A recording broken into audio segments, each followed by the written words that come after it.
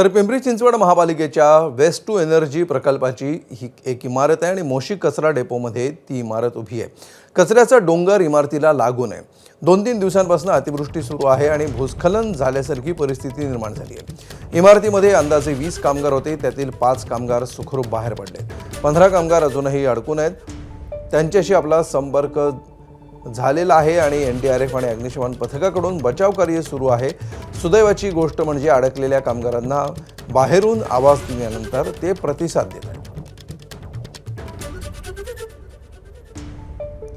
त्यामुळे मोशी कचरा डेपोजवळ ही इमारत कोसळलेली आहे आणि या इमारतीमध्ये काही कामगार अडकून पडलेले आहेत। त्यांच्याशी त्यातल्या बऱ्याच कामगारांशी सध्या संपर्क होत असल्याचं माहिती समोर येते आहे। 14 ते 15 एकूण कामगार यामध्ये अडकलेले आहेत।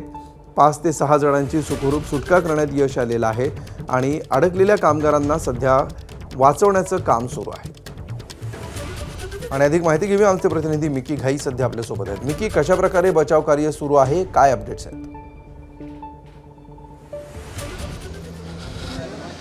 अगदी पिंपरी चिंचवड महानगरपालिकेचं मुशीतील हे समोरच जर आपण बघितलं तर हीच ती इमारत आहे ज्या ठिकाणी वेस्ट टू एनर्जी या प्रकल्पाचं ही इमारत आहे, जिथे ॲडमिनिस्ट्रेटिव्ह इमारत आहे। जर आपण बघितलं तर गेले 2-3 दिवस सातत्याने या ठिकाणी पाऊस सुरू आहे आणि पावसानंतर जर समोर बघितलं तर संपूर्ण जी ही इमारत आहे ती अशा पद्धतीने खाली आलेली आहे। एनडीआरएफची टीम या ठिकाणी सध्या पोहोचलेली आहे।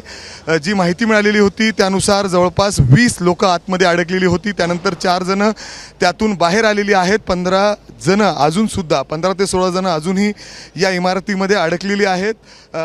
फोनवर त्यांच्याशी संपर्क झालेला आहे। अर्थात आत्ता तरी जी माहिती मिळते त्यानुसार कुठलीही जीवितहानी या ठिकाणी झालेली नाही। मात्र जर आपण बघितलं तर पलीकडच्या बाजूला कचऱ्याचा एक उंच डोंगर आहे आणि गेले 2-3 दिवस सातत्याने पाऊस होतोय, मुसळधार पाऊस आहे आणि त्यामुळं अचानक हा डोंगर थेट या इमारतीवर आलेला आहे आणि त्यामुळं ही जरी कॉन्क्रीटची मोठी इमारत असली तरी अशा पद्धतीने ही पूर्ण खाली आलेली आहे आणि जवळपास 20 जण याच्यामध्ये अडकलेलीची माहिती होती। त्यानुसार आत्ता जर आपण बघितलं तर त्यांना काढण्यासाठी पिंपरी चिंचवड महानगरपालिकेची लोक असतील किंबहुना एनडीआरएफची टीम असेल ती या ठिकाणी पोहोचलेली आहेत आणि शर्थीचे प्रयत्न त्यांचे या ठिकाणी सुरू आहेत। त्यांना वाचवण्यासाठी फोनवरून या लोकांशी संपर्क झालेला आहे। आतमध्ये ते अडकलेले आहेत पण बाहेर येत नाही त्यांना, अशी परिस्थिती या ठिकाणी आहे।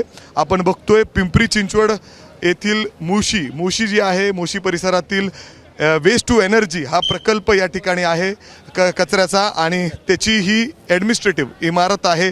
याच ठिकाणी इथं काम करणारे जे अधिकारी कर्मचारी आहेत ते बसत होते। आता जेव्हा ही इमारत अशा पद्धतीने कोसळली खाली, अर्थात ही घसरलेली आहे एका बाजूला पूर्णपणे इमारत, जवळपास 20 लोक आतमध्ये अडकलेली होती।